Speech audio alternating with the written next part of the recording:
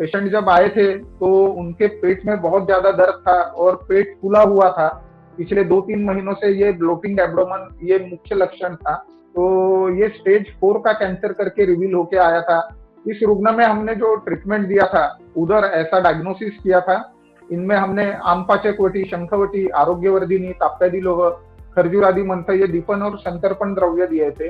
रसायन चिकित्सा में हमने त्रिवंग भस्म, सुवर्ण भस्म, रजत भस्म का इस्तेमाल किया था। अभ्रक का बहुत अच्छा उपयोग रसायन चिकित्सा में होता है।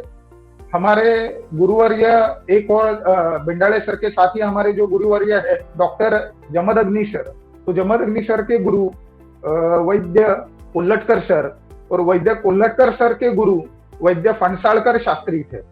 तो ये गुरु परंपरा से आई हुई चीजें जो हमने सीखी हुई है हमारे गुरुवर्य से।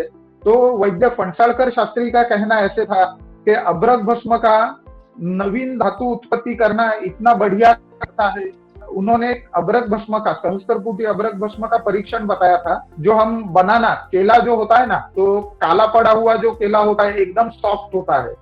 तो इस सॉफ्ट एकदम काला पड़े हुए केला में अगर हम ये सहस्त्रपुटी अभ्रक अगर हम किसी नीडल से वगैरह अंदर में प्रिक करते हैं और एक दिन के लिए उस केले को वैसे ही छोड़ देते हैं, तो वो काला हुआ केला जो होता है वो फिर से येलो होना, ग्रीन के तरफ आना शुरुआत करता है। तो अभ्रक भस्म का जो पुनर्धातु निर्माण जो होता है, ये इतना बढ़िया तरीके से काम करता है कि जो सड़ने में गला हुआ जो केला है उसमें भी early changes back to normal आना ये चालू कर सकता है। तो अगर ये चीज उस केले में हो सकती है तो अपने शरीर में क्यों नहीं हो सकती।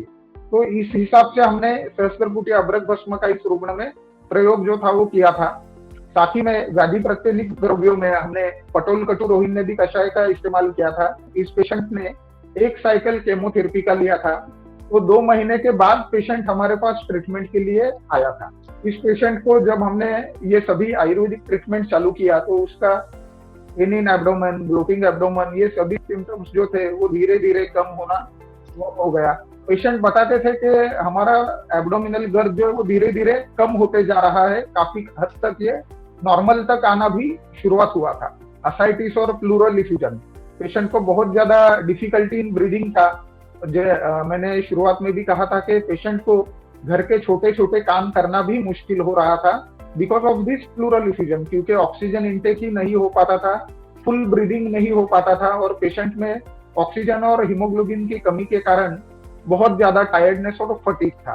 तो ये भी चीज 1 महीने के भीतर काफी हद तक कम हो गया और 6 महीने के भीतर तो बहुत ही अच्छे तरीके से पूरा ही ये निकल गया था।